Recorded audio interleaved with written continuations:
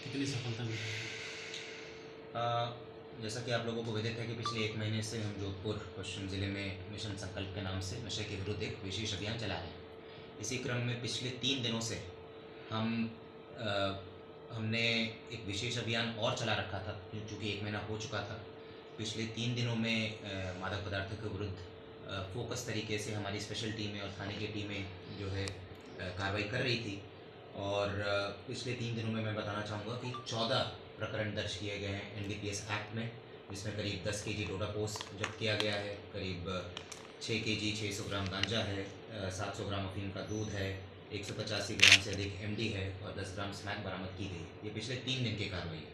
इसी क्रम में आज एरिया डोमिनेशन किया गया, जिसमें खासकर जो कुछ एरियाज़ है जिनको हमने चिन्हित कर रखा है, जहाँ पर ज़्यादा कंप्लेंट्स आते हैं मादक पदार्थों के संबंध में। पीच हो गई, धवा हो गई, राजीव गांधी कॉलोनी हो गई, यहाँ पर हमने एरिया डोमिनेशन किया ड्रोन डॉग स्क्वाड और घुड़सवारों की मदद से। और आज के दिन की अगर कार्रवाई की बात करूँ तो आज 6 प्रकरण दर्ज किए गए एनडीपीएस एक्ट में, 2 आबकारी अधिनियम में, 1 जुआ एक्ट में और 9 स्थायी वारंटी और 4 गिरफ्तार। 170 बीएनएसएस में 39 व्यक्तियों को गिरफ्तार किया गया है और 16 दोपहिया और 4 चौपहिया वाहन भी हमने जब्त किया है। ये आज की कार्रवाई है। अगर मैं मिशन संकल्प की अगर बात करूं, जो हमने दिसंबर 2 को हमने लॉन्च किया था और पिछले 1 महीने से हम निरंतर कार्रवाई कर रहे हैं। पिछले 1 महीने की कार्रवाई की अगर हम बात करूं तो पिछले 1 महीने में हमने 27 प्रकरण दर्ज किए हैं, जो कि अगर हम तुलना करें 2023 की तो 2023 में पूरे साल में 77 प्रकरण दर्ज हुए थे। हमने पिछले 1 महीने में ही 27 प्रकरण मिशन संकल्प के अंतर्गत दर्ज किया है और जो जब्त मादक पदार्थ है उसकी अनुमानित कीमत करीब 1,90,00,000 की है। ये पिछले 1 महीने की कार्रवाई है। साथ ही साथ ये प्रकरण दर्ज करना कार्रवाई करना एरिया डोमिनेशन के अलावा हमने जन जागरूकता अभियान पे काफ़ी ध्यान दिया है। जैसा आप लोगों को ध्यान होगा कि जो हमने मिशन संकल्प जब लॉन्च किया था तो वाहन रैली निकाली थी। बीच में हमने कई सेमिनार्स कॉलेज और स्कूल्स में ऑर्गेनाइज़ किए।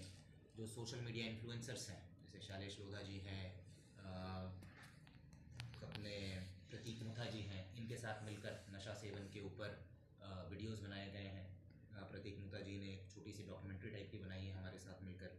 तो हम निरंतर प्रयास कर रहे हैं कि भाई लोगों को जन जागरूक करके नशे से दूर उनको किया जाए। जो मिशन संकल्प का एक और इम्पॉर्टेंट स्तंभ था कि जो अदर स्टेक होल्डर्स हैं, जो अन्य सहयोगी हैं, उनके साथ मिलकर काम करना। तो इस क्रम में मैं बताना चाहूँगा कि हमने असिस्टेंट ड्रग कंट्रोलर के साथ मिलकर कुछ दवा की दुकानों को भी चिन्हित किया था, जहाँ पर अनियमित तरीके से दवाओं की बिक्री हो रही थी। उसमें एक प्रकरण भी प्रताप नगर थाने में एनडीपीएस एक्ट में दर्ज किया गया। ट्रामाडोल टैबलेट्स जो है वहाँ पर अवैध तरीके से बेचा जा रहा था। और साथ ही साथ करीब 8 फर्मों का हमने इंस्पेक्शन किया था, ऑडिट किया था साथ में मिलकर। उसमें 3 फर्मों का लाइसेंस जो है वो निरस्त किया जा रहा है असिस्टेंट ड्रग कंट्रोलर के द्वारा और 4 फर्मों को अनियमितताओं के संबंध में शो कॉज नोटिस भी। एनसीबी के साथ हमारा रेगुलर सूचना का आदान प्रदान लगा हुआ है। अभी कुछ दिन पहले एनसीबी की तरफ से एक हमारे पास एक एनडीपीएस का एक आदतन अपराधी है, उसके बारे में सूचना प्राप्त हुई थी। हमने तुरंत उसे गिरफ्तार किया, जो कि नागौर में वांछित था। हमने नागौर को उसको सुपुर्द किया और अभी शायद एनसीबी भी उसे पूछताछ के लिए और अपने आगे की विधिक कार्रवाई के लिए लेगी। इसमें मैं एक अगर व्हाट्सएप हेल्पलाइन नंबर की बात करूं, ये काफ़ी कारगर साबित हुआ है। हमने एक स्पेशल व्हाट्सएप हेल्पलाइन नंबर भी जारी किया था मिशन संकल्प के अंदर। पिछले 1 महीने में रेगुलर हमारे पास सूचनाएं आ रही हैं, खासकर जो छोटे छोटे सप्लायर्स हैं, स्कूल कॉलेजेस के आसपास जो सप्लायर्स होते हैं, उनके बारे में सूचना आ रही है। और मुझे ये बताते हुए काफ़ी खुशी हो रही है कि व्हाट्सएप हेल्पलाइन नंबर की सूचना के आधार पर ही पिछले 1 महीने में हमने करीब 4 प्रकरण एनडीपीएस के दर्ज किए हैं। और एक जो लास्ट जो हमारा इसमें स्तंभ था कि जितने भी एनडीपीएस में जब्त जो हमारा माल है, वाहन है, उनका जल्द से जल्द निस्तारण करना, क्योंकि अगर टाइमली अगर निस्तारण नहीं होता है तो वहाँ भी कुछ गड़बड़ी होने की संभावना होती है।